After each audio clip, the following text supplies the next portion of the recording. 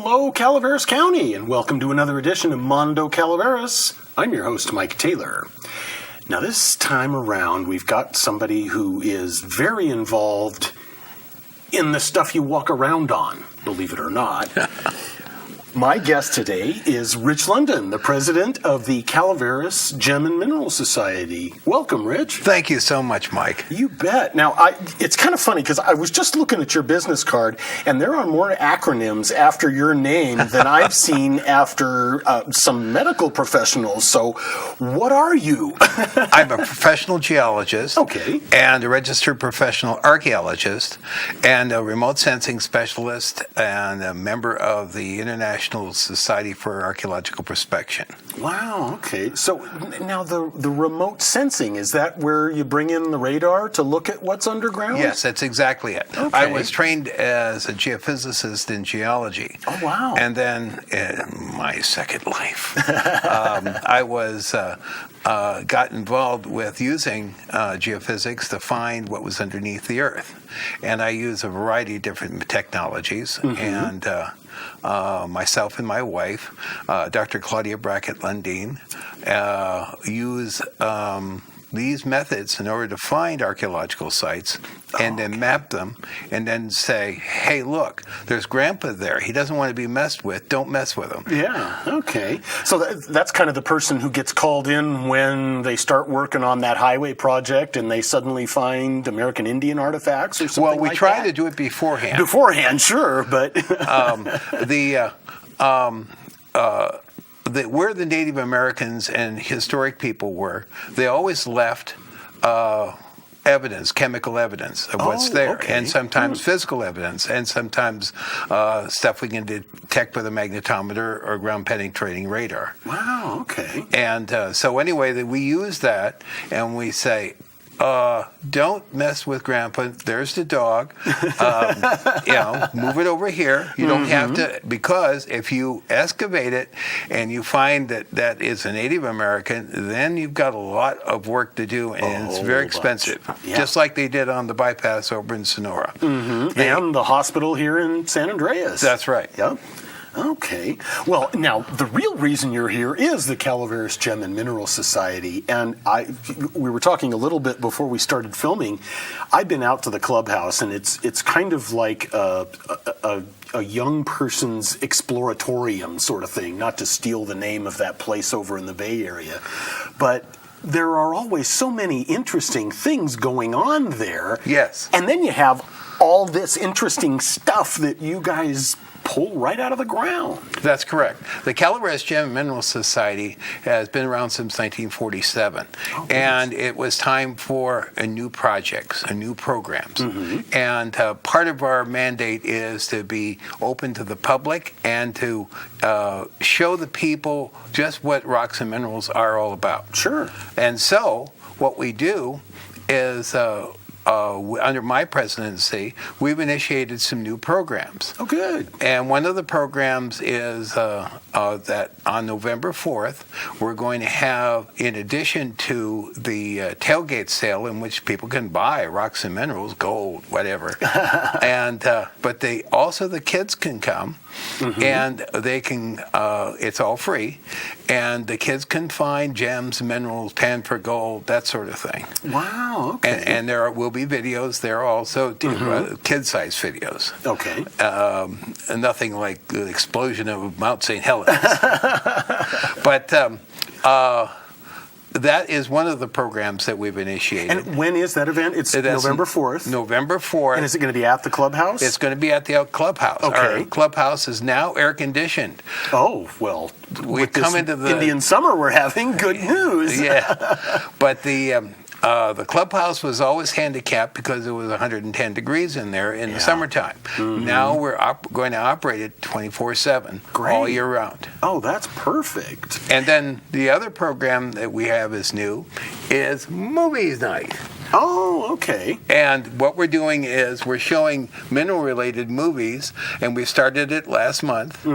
And there's a great series of movies that deal with the 36 best places in the world to go and see geology and have fun. Okay. And on the 15th of November, we're going to be showing one of those lectures on Mount Fuji and volcanoes. Okay. And then the second one is a wonderful video on the Sweet Home Mine up in Colorado, and where they're finding this gem quality rhodochrosite.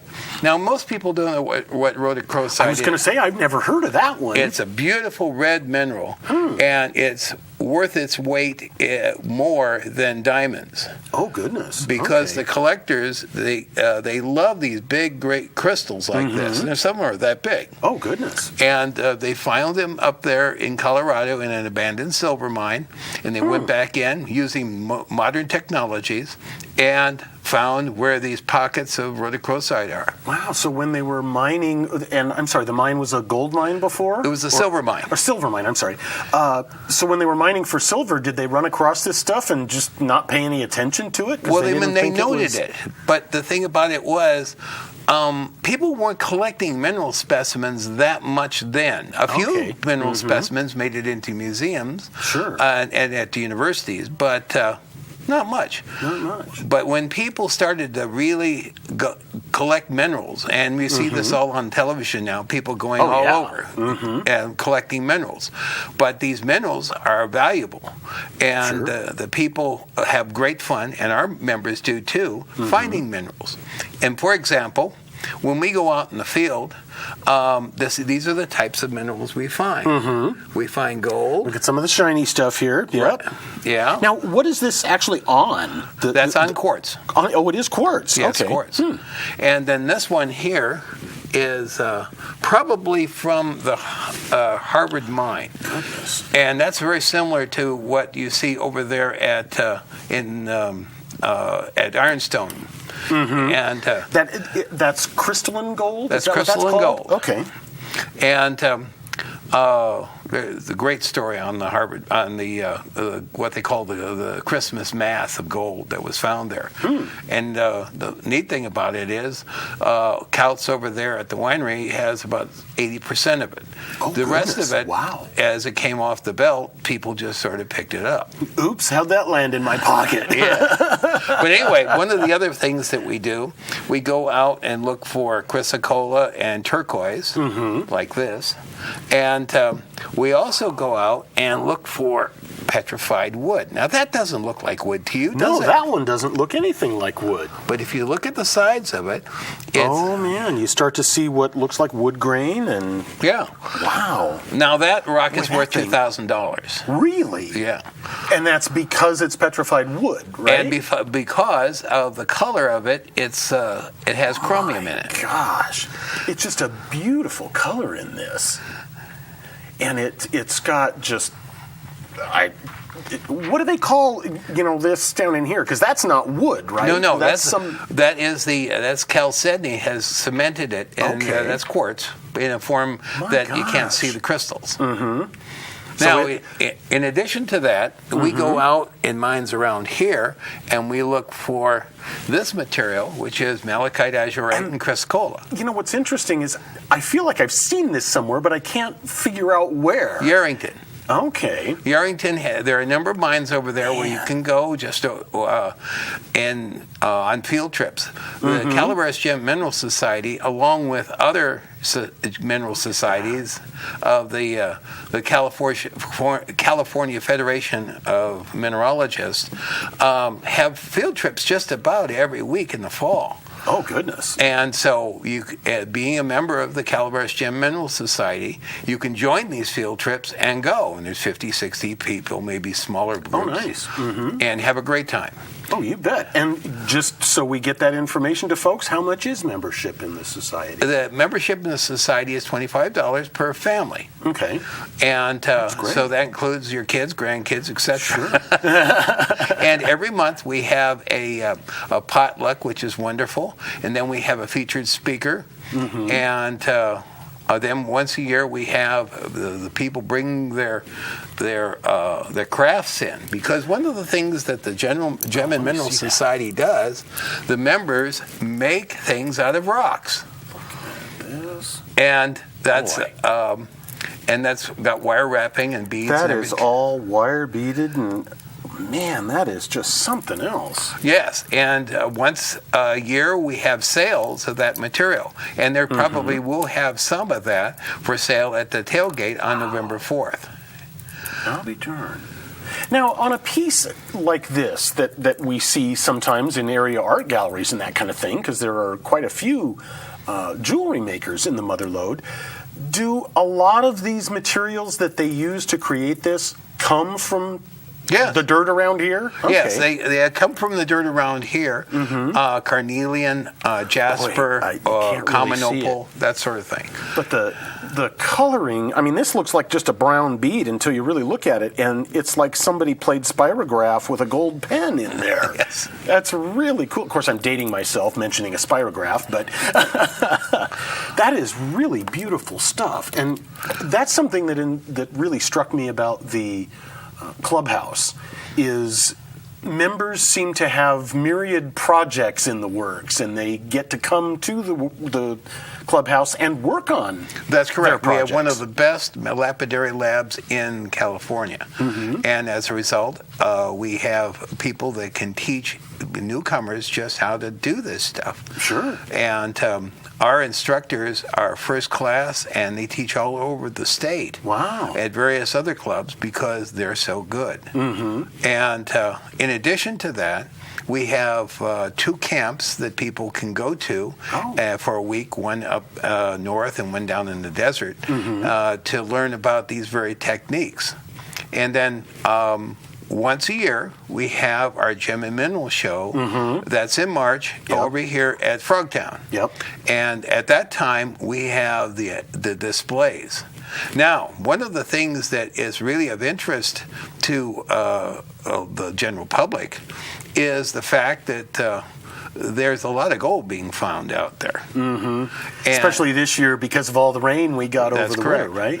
And one of our members is going around with a very specific metal detector called a Falcon, and he's finding masses of gold just in plain old white rocks that were left behind by the miners. I'll be darned. Because of a very simple thing.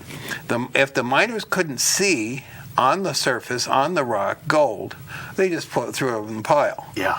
And when there was gold on the inside, the metal detector finds that gold, and then he's got a lot of it. And he's mainly worked here in Calaveras County, and he's now over in Tuolumne County, over at Tuolumne, and he's going to start work over there. Did he go through like other tailings and that kind of thing, or did maybe other members of the society have ideas where no, I think there's probably some hiding over near this mine, or it's turned out this way that just about every place that there are placer tailings or else dumps from old low mining operations, he's found gold. I'll be darned.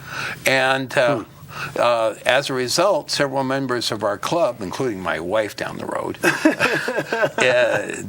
Dr. Brackett Lundin, loves to go find gold. Yeah. And and it works because of the very simple reason that if it wasn't visible, then it wasn't going to make days' wages. Well, you occasionally hear tales of people coming through long after the fact, and I'm talking about in our recent history, not back in the gold rush days, but coming through some of those old tailings and finding scads of gold that the miners just didn't grab because they, like you say, didn't see it. Or it wasn't economic. Yeah, it just didn't pay off for them. And today's technology, we can kind of extract that gold out of darn near anything anymore, can't we? Well, the gold that they're finding, both placer and lode gold, that's from actually hard rock mines, is such that you want to clean the material up, and it's just like this piece here from Harvard. This was found with the metal detector, and my old boss found might be able to get a little view of that. There's a little bit of gold on the top of that quartz. I can't quite get it to shine just right, but it is just amazing that it just sort of looks like it's growing from the rock. Well, that piece was prepared. What they did was they very carefully chipped off the quartz so it showed the gold. Oh, I see. Okay. But gold is where you find it. Mm-hmm. And in this piece here, it represents ore from a historic mine over in Arizona. Mm-hmm. And you can't see the gold in it. But No, you really can't. But it does look quartzy to a layman like myself. But when you put a black light on it, it'll glow. Well, and honestly, I get an occasional glimmer that would make me think, wow, there's something else in there besides just this actually beautiful rock. It's kind of interesting. Well, that rock itself was found by myself back in 1982. Wow. And it may be associated with a lost mine story called the Lost Organ Grinder Mine. Oh. And I'm writing that up as a novel. Oh, are you? Yeah. And but that rock that's there, a ton of that would have 4 ounces of gold in it. Oh, really? Yeah, so it's so in today's terms, that would almost make it worth processing. Oh, right? yes, very definitely. Yeah. At $1,300 an ounce. And I thought I'd heard gold was around 12 or 13 now. So right. Okay. And but the interesting thing about that mine was that it was found and had been bagged at one time in a leather bag. And there were 3 piles of this ore sitting inside of a shallow diggings, and two other geologists and myself found them. And we never paid much attention to it until we took samples and assayed them. Yeah. But anyway, it worked out real well, and yeah. But these are the lost mine stories are real, and they're out there. Yeah. Well, I would imagine that now it's getting more and more difficult to even unearth the stories about those mines because maybe 2 and 3 generations out, we don't have people who even remember some of these tales, do we? No, I got the story on the mine initially when I was about 18 from an old school teacher, Walter Bott, who was in his 90s.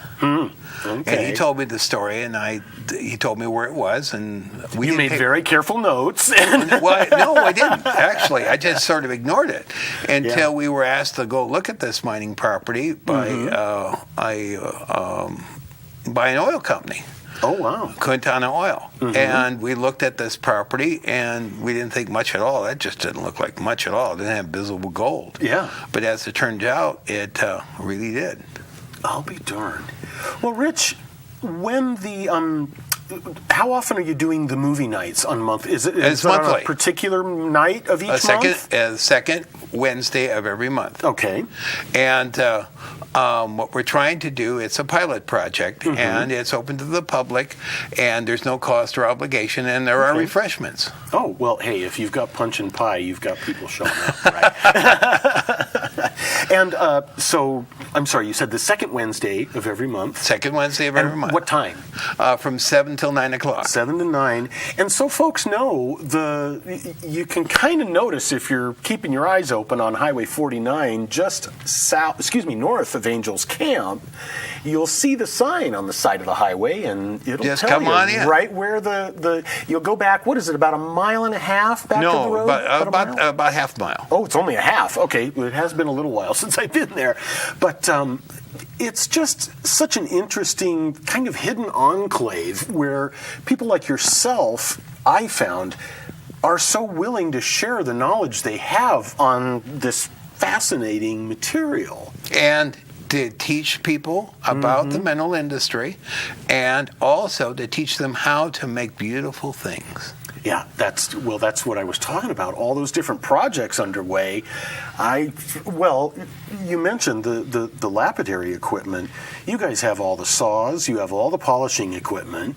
And that's what I found interesting, too, is watching how some of the saws and how you get through different kinds of rock. You don't necessarily use the same exact saw blade for each kind of rock, do you? No, you do not. And we have 3 different types of saws.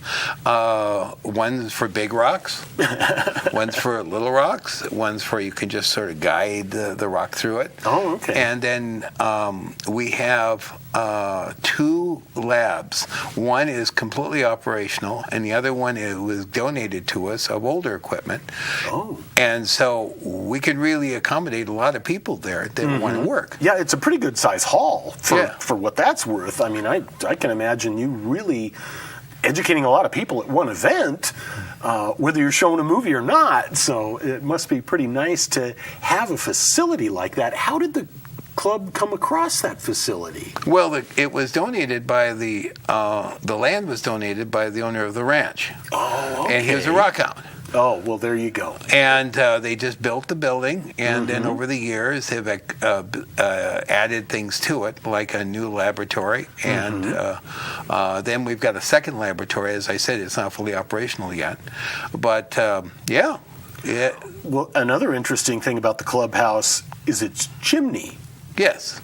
That chimney is a piece of masonry / rock / it's almost, as I remember, kind of a hodgepodge of everything that might be found in the dirt around here is what I took from it. That's right. And what people can do when they come, we have rock piles all around the building. Oh. And they can select a rock that they like after they've joined the club. And they can cut it, and they can make anything you want. And there's every kind of rock within Arizona, Nevada, California right there. Wow. And some up from Oregon also. But it's a fun group, and everybody looks out after each other. Yeah. And but we're looking for newer members, younger members, because the average age right now is, I'm 70, and the average age is probably about 65. Okay. And so more and more people getting involved in geology and learning that rocks mean everything.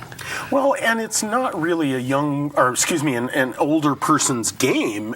I would imagine there are plenty of careers in, like you say, archaeology, the geology. I would imagine there's quite a demand for geologists because right. If you go over to Nevada now, we're working. My wife teaches at CSU Stanislaus, and she's working with the geology and chemistry departments there, and we're trying to get students from CSU Stanislaus into schools that will train them as geologists or chemists, and they'll be hired by the mining industry, and they make good money. Sure, yeah. Now, as you've been out and about, let's say just here in Calaveras County, Rich, what's the most interesting rock you think you've found? Well, the most interesting rock I like is scheelite. Scheelite is a calcium tungstate, and it glows in the dark. Oh. You go out and they prospect at night. And darn, really? And it fluoresces blue. Oh, so it's a beautiful piece then, I can imagine. Right. And so there are lots of tungsten deposits with this scheelite on the other side of the Sierra. But there's only a fairly narrow time of the year when you can get over there and it's not blazing hot. Oh, okay. But so in the fall and the spring, that's a great time to go looking for scheelite. And that's what we're going to do in the spring come up is going over near Bishop. And we're going to go to the Tungsten Hills. The Tungsten Hills. The Tungsten Hills. So a bunch of headlamps going around looking for blue glowing spots in the ground. Yes, it's. I gave a talk recently for the Calaveras Gem Mineral Society on tungsten, and one of the slides I had was that someone went out there at night and then had a very strong shortwave ultraviolet light, and then took a time exposure, and the whole area just glowed. Oh man! I bet that's something. It was pretty neat. Yeah, and you can sometimes find some of that around here. Huh? Oh yes, you can. On this side, there are tungsten deposits over here on the west side of the Sierra. Okay. They're high in the mountains because the rock types that are necessary for them to exist in, you have to have limestone embedded in granite. Oh, okay. And then you find the scheelite in that.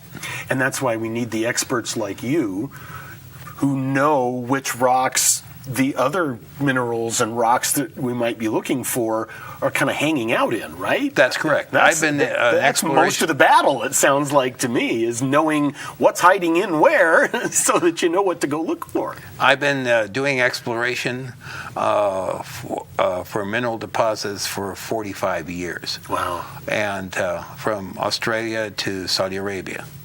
And yeah. What's been the most interesting trip?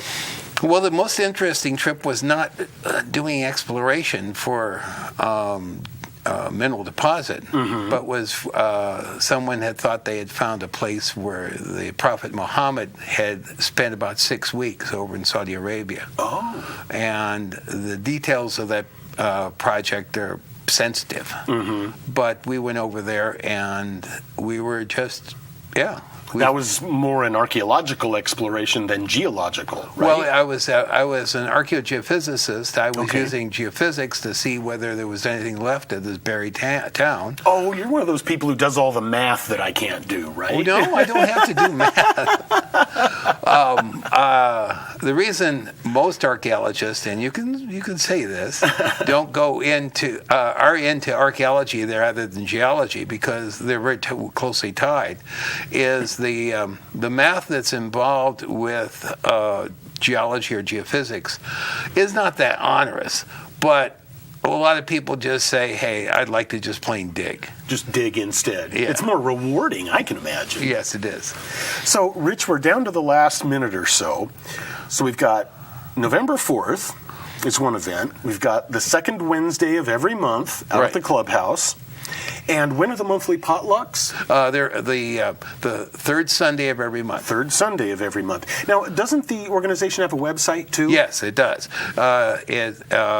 Frogs Are Us. Frogs Are Us, really? Yeah, Frogs Are Us. So it's changed since I think the last time I looked it up. Calaveras Gem and Mineral Society, you'll find it. Okay. And then what you can do is, but the best thing to do is to come to a meeting, enjoy the potluck, enjoy the presentations, and learn a little bit about what we're doing, and then have fun. And have fun. And that's it, ladies and gentlemen. I want to thank you, Rich Lundin from the Calaveras Gem and Mineral Society for being here. But what I want to say, ladies and gentlemen, is this is one of those groups that has kind of the old guard, and they need some of us younger guards to come in and get involved.